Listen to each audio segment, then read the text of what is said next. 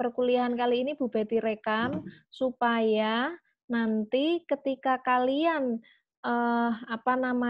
mau mendengarkan penjelasan lagi, nanti saya share di YouTube tuh.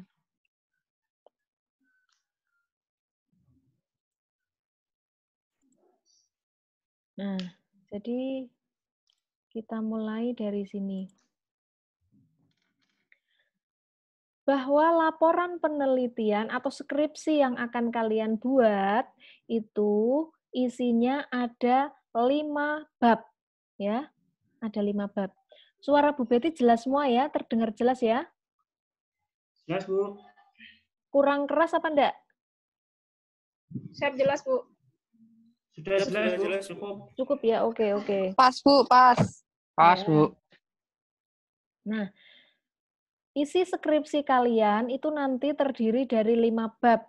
Bab pertama adalah pendahuluan, bab kedua tinjauan pustaka, bab ketiga metode penelitian, bab keempat hasil dan pembahasan, bab kelima simpulan dan saran. Nah, minimal kalian harus hafal 5 bab ini. Oh, pendahuluan itu ada di bab 1. Oh, bab 2 itu tinjauan pustaka. Ada juga mungkin yang menyebut literatur review gitu. Macam-macam, tapi yang paling sering digunakan adalah tinjauan pustaka. Bab ketiga, metode penelitian. Bab keempat, hasil dan pembahasan. Bab kelima, simpulan dan saran. Nah, secara ringkas, ini nanti satu persatu kita bahas secara detail. Tapi kira-kira secara ringkas pendahuluan itu mulai dari latar belakang sampai dengan tujuan penelitian kalian itu untuk apa? Atau tujuan penulisan skripsi kalian. Lalu di tinjauan pustaka, itu kalian mesti akan membuka, menganalisis, kemudian di situ akan dituliskan buku-buku atau sumber-sumber referensi, ada buku, ada jurnal, ada atau artikel-artikel penelitian terkait dengan hal yang sedang kalian teliti itu. Akan dibahas di tinjauan pustaka tersebut. Itu ada di bab 2. Nah, biasanya yang paling gampang itu membuat itu bab 2, karena kan kalian tinggal menulis apa yang ada di pustaka yang telah ada, baik itu buku maupun jurnal. Itu di bab 2. Lalu bab 3, nih ya, bab 3 isinya metode penelitian. Jadi di bab 3 itu kalian akan menjelaskan, oh, untuk penelitian ini, untuk menyelesaikan penelitian ini, itu kalian akan menggunakan langkah-langkah atau cara-cara seperti apa, metode-metode seperti apa, gitu ya.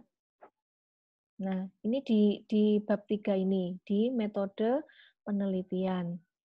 Kemudian hasil dan pembahasan. Hasil dan pembahasan berarti hasil pengumpulan data kalian, kemudian misalnya kalian melakukan wawancara ya hasilnya ditulis di sini. Kalian mengumpulkan data-datanya ya disampaikan di bab 4 ini, dan pembahasan. Nah, setelah itu kalian membahas. Membahas itu ya kira-kira, hasilnya seperti ini, lalu dibandingkan dengan literaturnya atau pustaka atau buku atau jurnal gitu ya. Jadi dibandingkan. Kemudian kalian bisa menarik simpulan dan bisa memberikan saran. Sudah selesai skripsi kalian, tinggal wisuda. Gitu ya.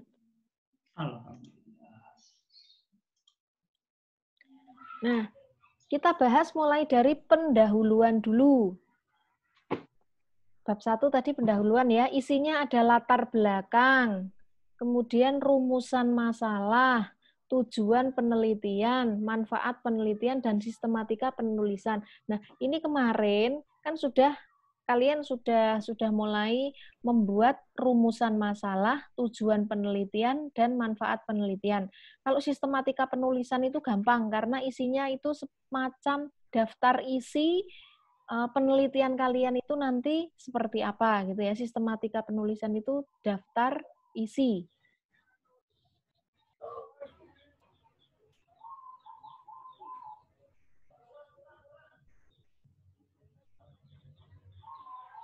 Sebentar.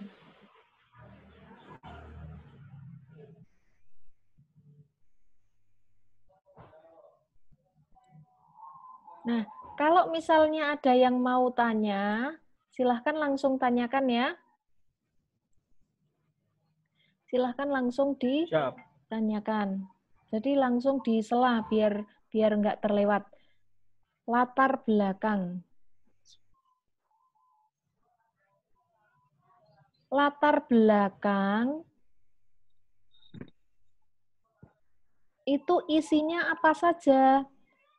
Latar belakang itu isinya motivasi penulis ataupun alasan kenapa kalian melakukan penelitian tersebut. Jadi alasannya, kenapa sih kok kalian mengambil tema tersebut, kok bukan tema yang lain, itu disampaikan. Kemudian, mulai mengenalkan terhadap masalah. Lalu yang ketiga, sumber-sumber masalah. Yang keempat, fenomena gap. Yang kelima, riset gap. Bentar.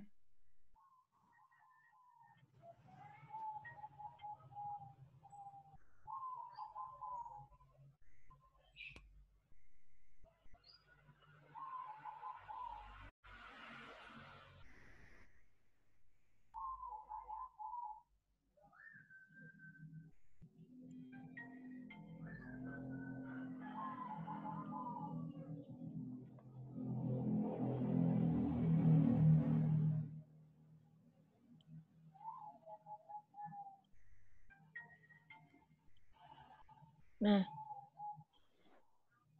ini ya. Jadi latar belakang satu persatu kita langsung ke contoh dulu. Kalau yang ini contoh untuk nautika apa teknika ya?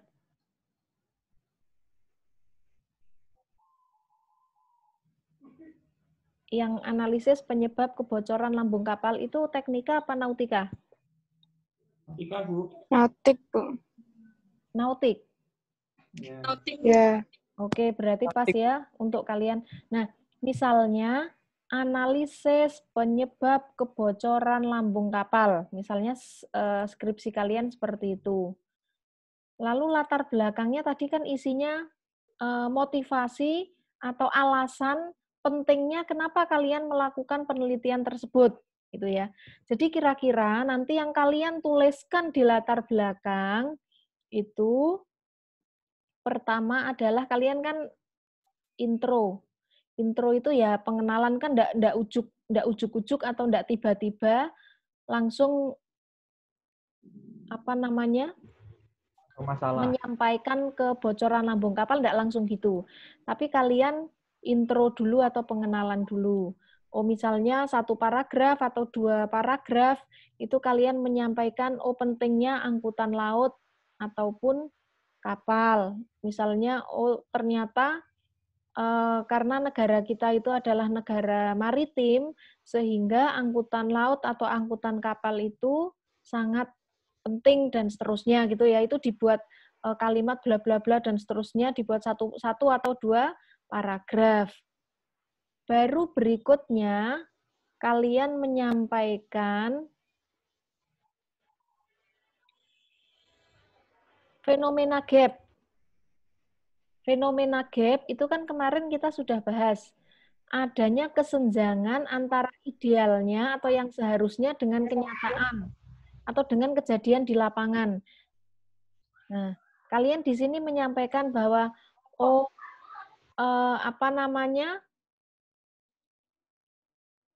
ternyata masih aja ada kapal-kapal yang mengalami kebocoran di lambung kapalnya.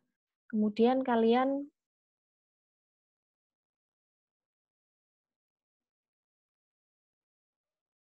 setelah menyampaikan seperti itu kan artinya ada kesenjangan. Padahal seharusnya kebocoran lambung kapal itu tidak akan terjadi, karena itu sangat membahayakan, gitu ya. Nah, ternyata kenyataannya masih sering terjadi, gitu ya. Kalian memberikan data atau memberikan contoh, ini loh pernah terjadi kebocoran lambung kapal pada kapal tanker milik Pertamina misalnya. Pada tahun sekian, tahun berikutnya juga terjadi lagi, misalnya kapal pesiar dan seterusnya. Berikutnya lagi terjadi lagi kapal apa dan seterusnya. Itu namanya fenomena gap.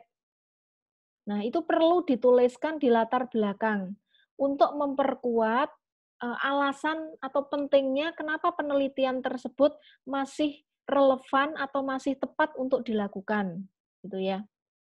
Kemudian berikutnya kalian menuliskan, padahal safety atau keamanan lambung kapal ini harus diutamakan. Kalian terus memberikan penjelasan. Jadi 3 paragraf misalnya. Karena kalau terjadi kebocoran lambung kapal itu akibatnya bisa fatal. Bisa kru kapalnya meninggal dunia dan seterusnya. Barang bawaannya juga nanti akan tenggelam dan seterusnya, sehingga sangat merugikan kalau sampai terjadi kebocoran lambung kapal, gitu ya. Jadi kerugian kebocoran lambung kapal ini kalian bisa bahas, ini dari sisi ekonomi, akibatnya begini-begini. Belum lagi dari sisi kerusakan lingkungan, karena misalnya kemudian bahan bakarnya itu nanti akan mencemari laut dan seterusnya. Lalu masih ada alasan lain, misalnya alasan keselamatan dan seterusnya, gitu ya. Itu kira-kira kalian yang perlu kalian tuliskan di latar belakang. Jadi prinsipnya latar belakang itu isinya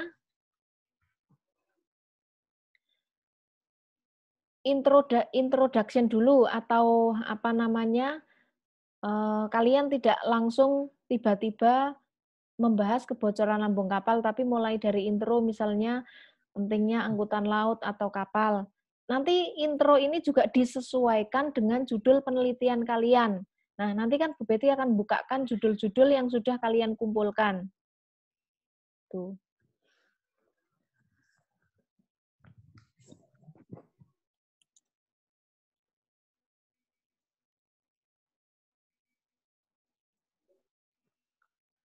Nah, lalu berikutnya perlu disampaikan fenomena gap. Fenomena gap itu adalah kenyataan di lapangan dengan idealnya. Kalau bisa dikasih data, kasih contoh.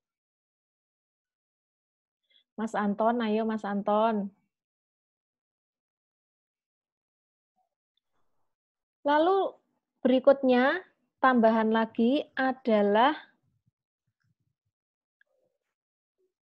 namanya riset gap atau hasil penelitian tentang kebocoran lambung kapal, gitu ya. Jadi, selama ini yang sudah meneliti terkait dengan kebocoran lambung kapal, itu misalnya ada Rizky Fauziansah tahun 2020. Kemudian ada Amar tahun Siap, Bu. tahun 2019 dan nah itu nanti hasil penelitian dari penelitian terdahulu atau penelitian sebelumnya terkait dengan tema yang kalian teliti. Kalau dalam hal ini kan contohnya kebocoran lambung kapal, itu disampaikan. Kalau penelitiannya Senda tahun 2018 itu mengatakan bahwa kebocoran lambung kapal itu bla bla bla bla bla bla dan seterusnya, gitu ya. Nah, itu latar belakang. Kita cek dulu contoh penelitian kalian. NH Bu, NH. Bentar dulu, tadi di mana ya? Ini D ya? N4D ini ya? Siap ya, Bu. Nah, ini ya. Namanya kita tutupi dulu. Bisa kebaca ya, misalnya studi pengembangan model manajemen resiko usaha bangunan baru pada industri galangan kapal. Nah, kalau ini kata kunci dari judul penelitian ini adalah manajemen resiko. Itu ya. Jadi menguraikan kira-kira resiko-resiko usaha apa yang akan muncul atas usaha bangunan baru pada industri galangan kapal. Gambarnya nggak kelihatan, Bu. Apanya? Nggak ada gambarnya, Bu. Excel kelihatan nggak Excel? Excelnya nggak ada, Bu. Masih PowerPoint. Oh, masih PowerPoint, Bu. Oh, Iya, Bu. wait. Bentar.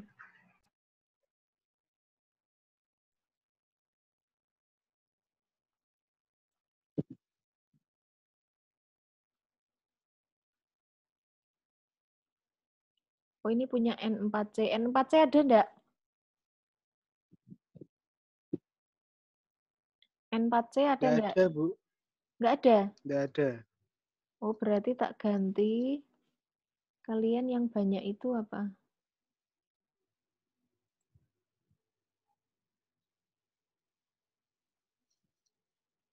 Yang ini dulu, Bu. NE. NE lengkap, Bu. Oh iya.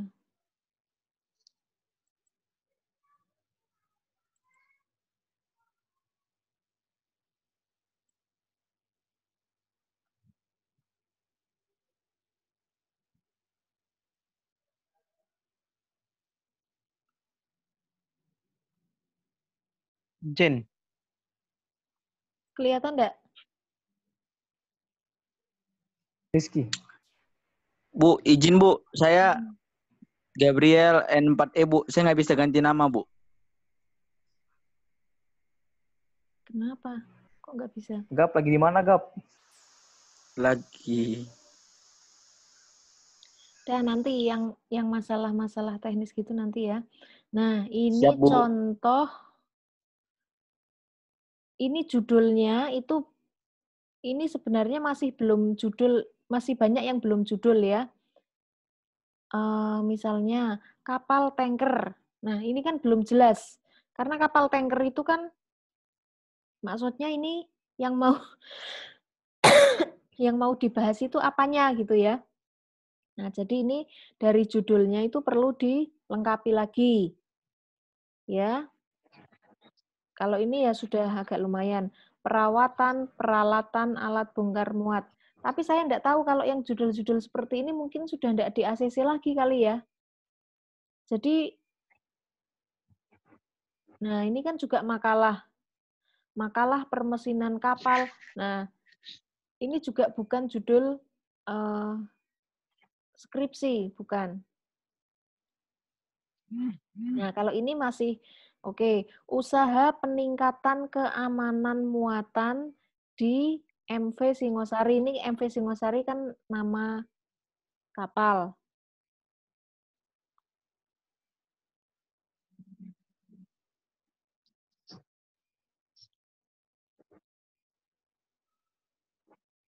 Radar gitu, ini juga perlu diperjelas. Maksudnya apa namanya?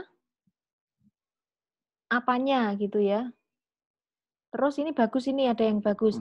Dampak penerapan wajib AIS di Laut Indonesia terhadap kapal-kapal komersial maupun non-komersial berbendera asing. Nah, ini bagus.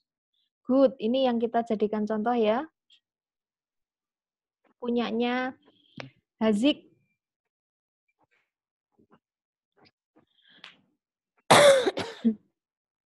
Kalau ini, punyanya Hazik ini kan kira-kira judulnya ya, dampak penerapan wajib AIS terhadap kapal-kapal komersial dan non-komersial berbendera asing. Kita lihat, kalau seperti ini coba kita baca dulu rumusan masalahnya. Ingat, rumusan masalah itu selalu berupa kalimat tanya. Yang pertama, apakah dampak, nih ya, tak naikkan. Apakah dampak ketika telah menerapkan peraturan ini keselamatan dan keamanan akan pelayaran akan meningkat? Nah, ini tinggal nanti diperbaiki penulisan kalimatnya, gitu ya. Jadi dalam satu kalimat itu jangan mengulang-ulang. Ini kan ada akan gitu, enggak bagus seperti itu. Bagaimana jika tidak semua kapal memiliki perangkat AIS? Apakah akan menimbulkan bahaya bagi kapal lain? AIS itu apa? Automatic Identification System, Bu. Oh, berarti semacam radar gitu ya? Iya, Bu, kayak radar. Oke, udah. Oke. Terus nomor 3, apakah ada cara lain yang tidak memiliki perangkat air agar tidak menimbulkan bahaya bagi kapal di sekitarnya? Ini rumusan masalahnya itu perlu ini judulnya sudah bagus. Tuh ya. Hanya saja rumusan masalahnya itu nanti perlu dituliskan kembali. Maksudnya perlu rewrite itu ditulis kembali yang bagus. Dan urut-urutannya itu juga yang bagus. Gitu. Misalnya nomor 1, apa manfaat AIS? Bla bla bla bla. Apa manfaat? Kalau sudah, manfaatnya AIS itu. Jadi pertama kan kalian menjelaskan manfaat AIS-nya dulu. Terus apa dampak jika kapal tidak memiliki AIS? Lalu nomor 3, bagaimana cara lain bagi kapal yang tidak memiliki perangkat AIS, misalnya. Nah, itu misalnya rumusan masalahnya itu harus terstruktur seperti itu. Jadi urut dari yang sederhana dulu, dari yang perlu kita ketahui, yang penting-penting dulu, kemudian nanti meningkat ke yang lebih kompleks, gitu ya, rumusan masalahnya. Coba kemudian ini tujuannya kita cek.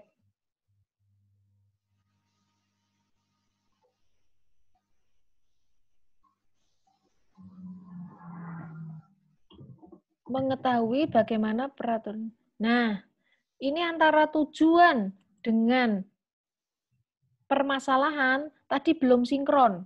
Harusnya sinkron. Misalnya kalau yang nomor 1, tujuan rumusan masalahnya tadi bagaimana apa saja manfaat AIS gitu. Ya nomor 1 berarti tujuannya itu penelitian ini bertujuan yang nomor 1 untuk mengetahui manfaat penerapan AIS pada kapal. Gitu. Kemudian nomor 2 misalnya apa bahaya jika tidak menggunakan AIS? Oh, berarti tujuannya itu juga nomor 2 untuk mengidentifikasi dampak apabila kapal tidak menggunakan atau tidak memiliki perangkat AIS. Gitu ya. Jadi antara rumusan masalah dengan tujuan penelitian itu harus sinkron. Harus sinkron. Clear ya sampai di sini ya? Ya, Bu. Ya, Bu. Ini kita udah 40 menit belum ya? Soalnya Bu Betty pakai yang biasa ini. Belum, Bu. Nah, kemudian berikutnya,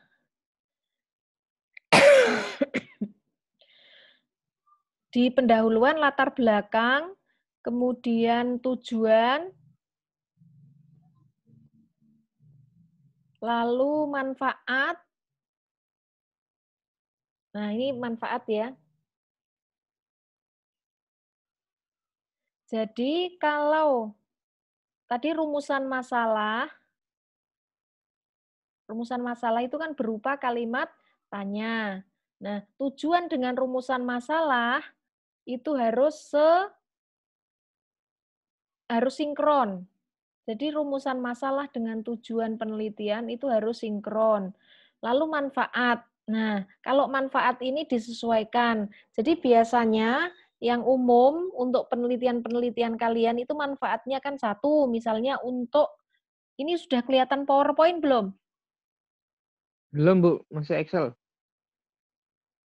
Belum, Bu. Belum. Bentar. Masih Excel, Bu.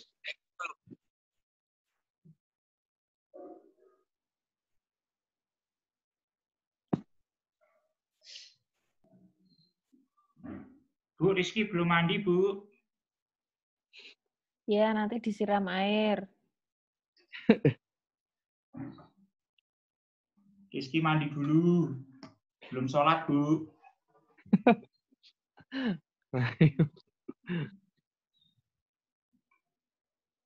Duh, mana ya tadi ya?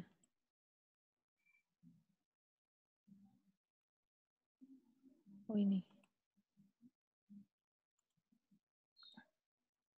Nah, tadi ya, kalau rumusan masalah itu berupa kalimat tanya. Kemudian tujuan itu harus sinkron dengan rumusan masalah. Berikutnya manfaat. Nah, manfaat biasanya untuk yang pertama, kru kapal misalnya. Oh, kalau terkait dengan kebocoran lambung kapal tadi misalnya, manfaatnya sebagai bahan evaluasi untuk pencegahan bagi kru kapal ketika berlayar dan terjadi kebocoran lambung kapal.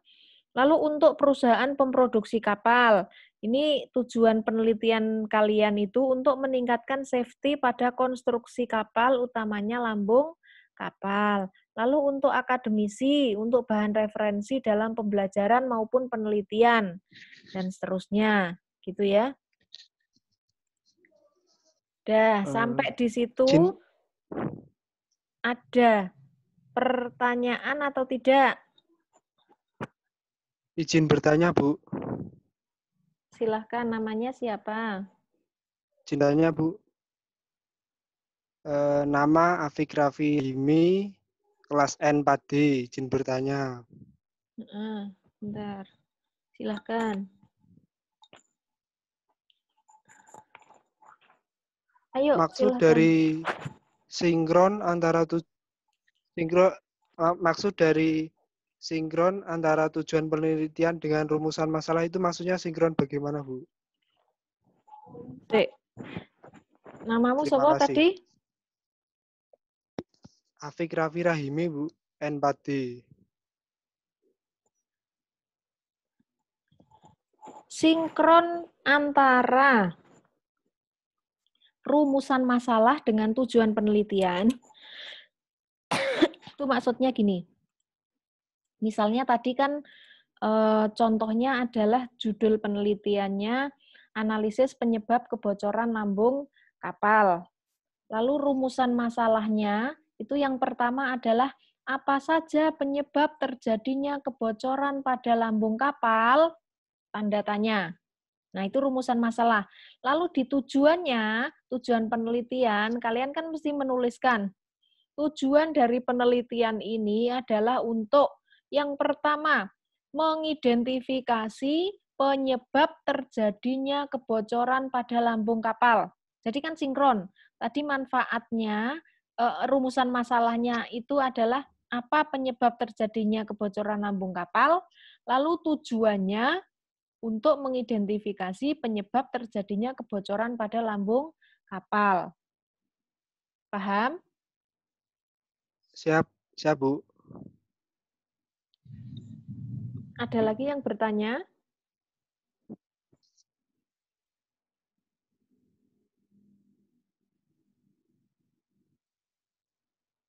Ada enggak? Enggak, Bu. Bu, saya tanya Bu, Ya. apakah perbedaan dari sinkronisasi dengan korelasi Bu? Bentar. Tak ngabsen dulu. TikTok dah. Ada yang mau jawab dulu sebelum Bu Betty ngomong? Ya. Enggak, Bu.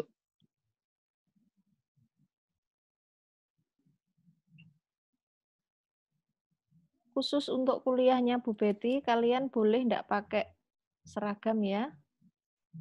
Siap, Bu. Ya, Makasih, Bu. Makasih Bu. Siap, Bu. Makasih, Bu. Bentar. Tak ngabsen sebelum ini.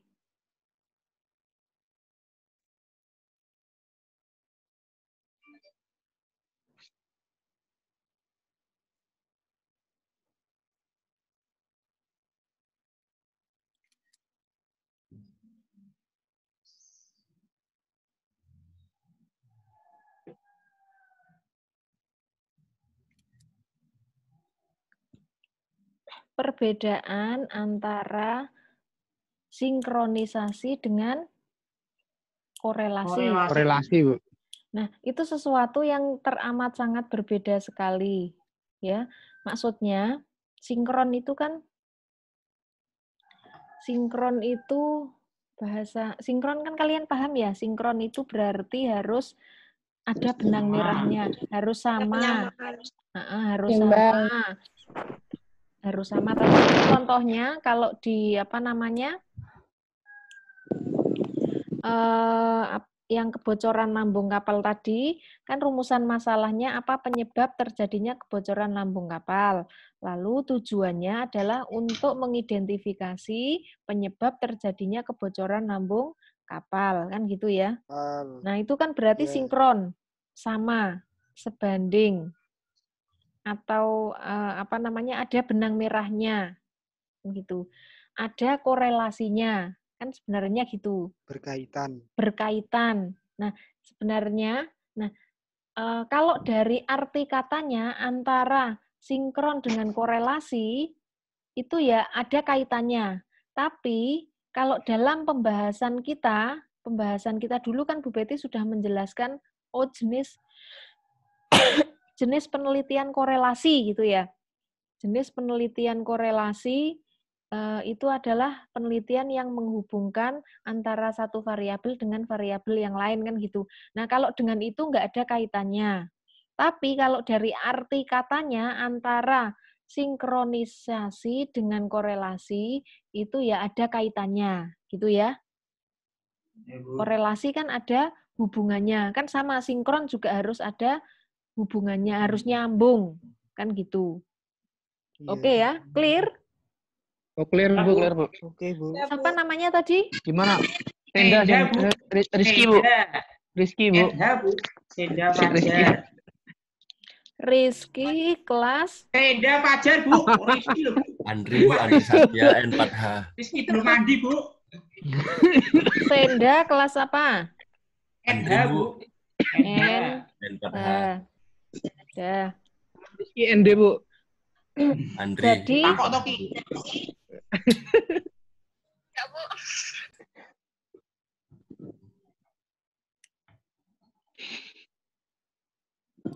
nah, jadi hari ini seharusnya kalian sudah bisa menyusun 1. Latar belakang, 2. Rumusan masalah, 3. Tujuan penelitian, 4. Manfaat penelitian. Jadi bab 1 tadi isinya apa? Bab 1 itu tentang apa? Latar Pendahuluan. belakang. Latar Belakang. belakang. Rumusan masalah, Pendahuluan. tujuan Rumusan masalah. Pendahuluan. Bab 1 itu pendahuluan, isinya mulai dari latar belakang, kemudian rumusan masalah, tujuan penelitian, manfaat penelitian. Nah, kalau tematika penulisan itu ada yang pakai, ada yang enggak. Nanti kalian kan dapat buku pedoman penulisan skripsi. Nah, tinggal ngikuti itu. Jadi bab 1 isinya apa saja tinggal ngikuti di buku pedoman skripsi. Tapi secara umum isinya 4 hal tadi gitu ya. Nah, jadi kalian seharusnya itu sudah bisa mulai menyusun yang namanya pendahuluan. Ya, pendahuluan. Jadi clear hari ini bab 1 selesai. Nah, Alhamdulillah. clear ya, ini masih ada waktu. Kita lanjut bab 2. Bab 2. Bab Tinjauan 2, pustaka, Bu. ya, bab 2 itu isinya tinjauan pustaka. Sama daftar isi nggak, Bu? Izin, Bu. Kalau Ya daftar beda isi, lah. daftar isi itu tadi kan isinya adalah biasanya di apa namanya? Apa tadi? Ini loh, di bab 1 itu biasanya sistematika penulisan, tapi ada yang pakai, ada yang enggak gitu ya, tergantung nanti di tempat kalian itu pakai atau enggak. Tuh. Nah, kemudian bab 2 itu landasan teori atau kajian pustaka. Nanti namanya juga mengikuti pedoman penulisan skripsi di kampus kalian, ya. Bab 2 apa isinya? Landasan teori atau kajian Landasan teori. Kajian materi. pustaka. Pustaka. Ya, jadi isinya itu adalah teori-teori, kajian-kajian pustaka terkait dengan penelitian kalian. Gitu ya. Nah, misalnya kalau terkait dengan kebocoran lambung kapal, itu kan mulai dari definisi, kemudian penyebab, tapi menurut kajian-kajian pustaka. Jadi kalian itu tinggal nanti mencari buku, mencari jurnal, artikel-artikel, dan seterusnya. Gitu. Paham ya? Siap, Bu. Jadi di bab 2 itu relatif gampang. Udah bab 1, bab 2 clear. Ya, kalian sudah nemu satu judul skripsi punya kakak kelas kalian, tapi kalau bisa kakak kelas yang baru saja lulus, jangan yang udah kelamaan. Ada enggak? Terus milih kakak kelas yang pinter. Bisa nggak dapat kayak gitu? Bisa, Bu. Belum Oke. respect Ibu. Bisa, Bu. Berarti tugas kalian berikutnya adalah mencari skripsi kakak kelas kalian. Tapi cari yang pinter ya. Wah, yang pinter, Bu. Pinter Terus semua. kalau misalnya ada yang sama gimana dong, Bu? Nggak apa-apa. Sama ya gak apa-apa kan gak sengaja. Tapi ya jangan punya satu orang aja. Maksudnya Kan jangan, yang pinter nggak semua ya, Bu? tapi kan misalnya ya 50%, maksudnya jangan yang keterlaluan gitu ya. Oke, Bu. Terlaluan gimana tuh, Bu? Maksudnya, Bu? Kalian kan dari judulnya kira-kira ya bisa tahu gitu ya. Gimana? Nah, oke, dicatat tugasnya. Tugas mencari skripsi kakak kelas kalian. Lalu Waduh. di resume. Jelas, Bu. Resume tuh dia. Oh ya. Di resume tuh, karena kalian kalau nggak dikasih tugas meresum, kayak diketik ulang gitu ya, itu nanti kalian nggak akan baca. Males baca itu. Nah, jadi di resume bab 1 sama bab 2 dulu. Bab 1 isinya apa saja, bab 2 isinya apa saja. Oh, siap-siap, Bu. Oke ya. Jadi Jadi tinggal per bab diketik ulang aja ya, Bu? Apa? Tinggal diketik ulang bab 1, bab 2 gitu, Bu.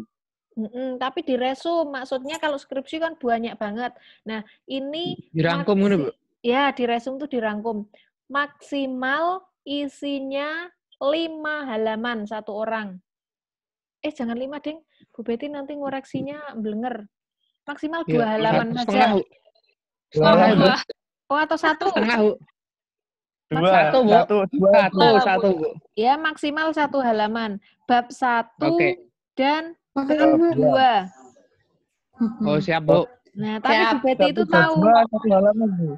Ya, meresum bab 1 dan bab 2. Kalau bab 1 sama bab 2 ya 2 halaman toh ya. 2 halaman, Bu. Sak bab sak halaman. Ya, Bu.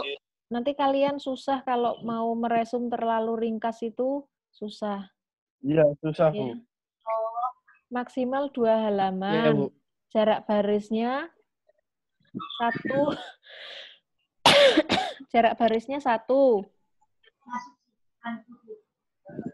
Ya, diketik. Oh, siap, Bu.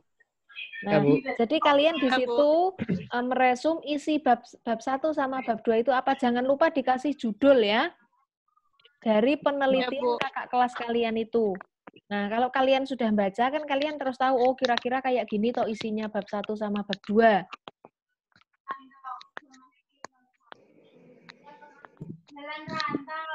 Siap, Bu. Oke, siap, Bu. Siap, Bu. Ini yang masuk barusan, yang setelah Bu Betty ngabsen, tidak itu ya, tidak terabsen ya. Kira kentut, Bu. Iya, Bu. Belum absen, Bu. Siap, Bu, izin, Bu. Bu, izin, Bu. Andri Satya, Bu. Kenapa? Tadi saya yang Gabriel tadi, Bu, yang belum ada kelasnya, Bu. Ya udah, Sama Bu, saya Gabriel juga, udah. Bu. Izin, Bu. Refli, Bu. Refli Waldi, Bu. Ya, Bu. Absen aja lagi, Bu.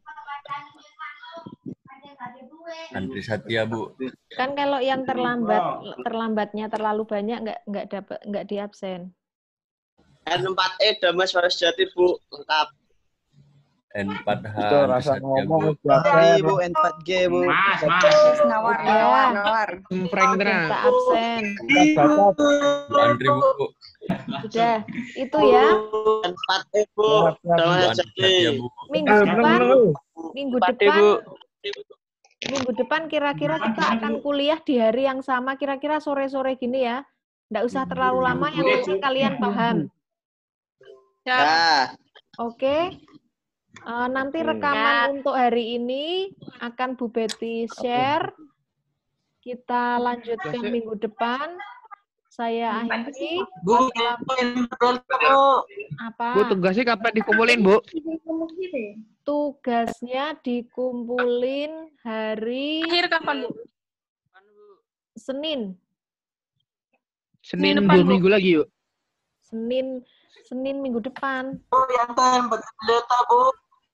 Bu. Kalian minggu depan udah mulai libur ya? Udah, Iya, Bu. Katanya Udah, minggu Bu. ini terakhir. Katanya minggu ini minggu Udah efektif, libur, Bu. Bu. Katanya minggu terakhir pembelajaran. Sekarang udah libur harusnya, Bu. tugas. Berarti Iya. hari Jumat. Hari Jumat ya. Aduh, jangan mundur, Bu. Nah, gimana? Ya udah Senin aja.